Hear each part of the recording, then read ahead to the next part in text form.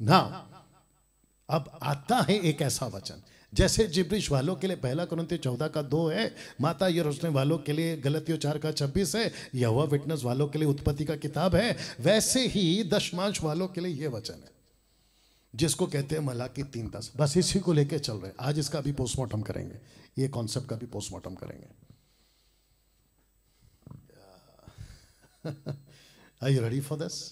चलिए सुनते हैं मलाकी 3:10 में क्या लिखा है, पहले पढ़ते हैं। आइए पढ़ते हैं। लिखा है कि सारे दशमांश भंडार में ले आओ कि मेरे भवन में भोजन वस्तु रहे, और सेनाओं का यहोवा ये कहता है, ऐसा करके देखो या मुझे परखो कि मैं आकाश के झरोखे तुम्हारे लिए खोलकर तुम्हारे ऊपर अपरंपार आशीष की वर्षा करता हूं कि नहीं।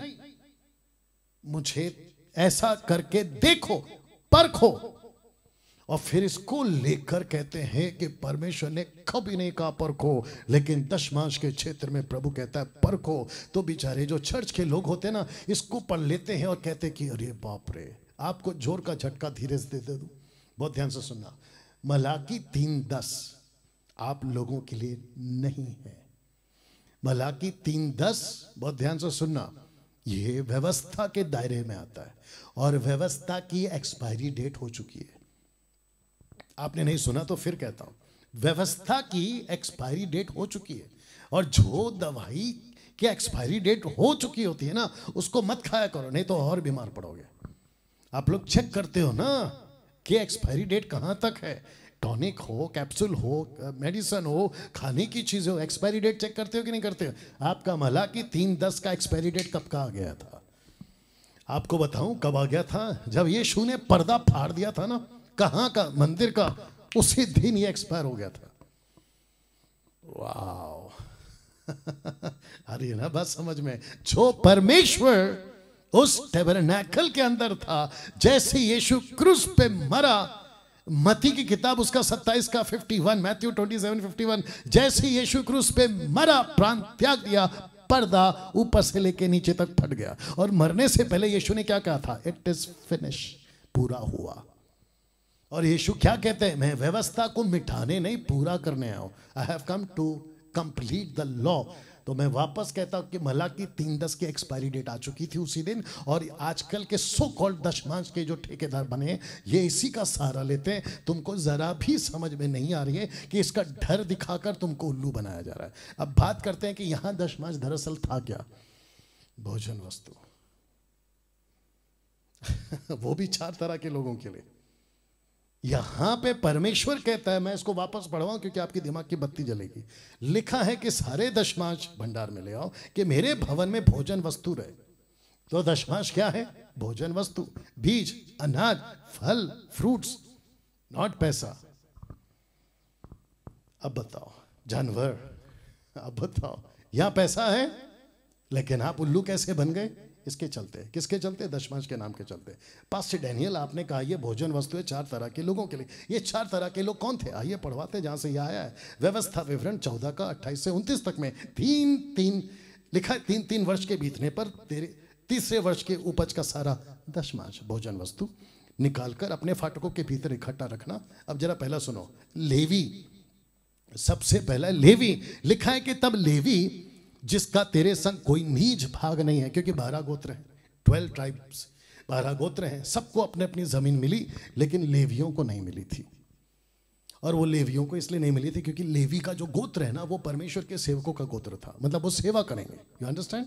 या तो लिखा है कि सबसे पहला हक खाने पर, दशमांश पर लेवियों का है। दूसरा, वह अंश ना होगा। और जो परदेसी, दूसरा हक है दशमांश पर, यानी कि भोजन वस्तु पर परदेसी का। तीसरा है अनाथ का, और चौथा है विधवाओं का जो फाटक के भीतर हो, वे भी आकर पेट भर खाएं। पैसा खा के बताइए आप,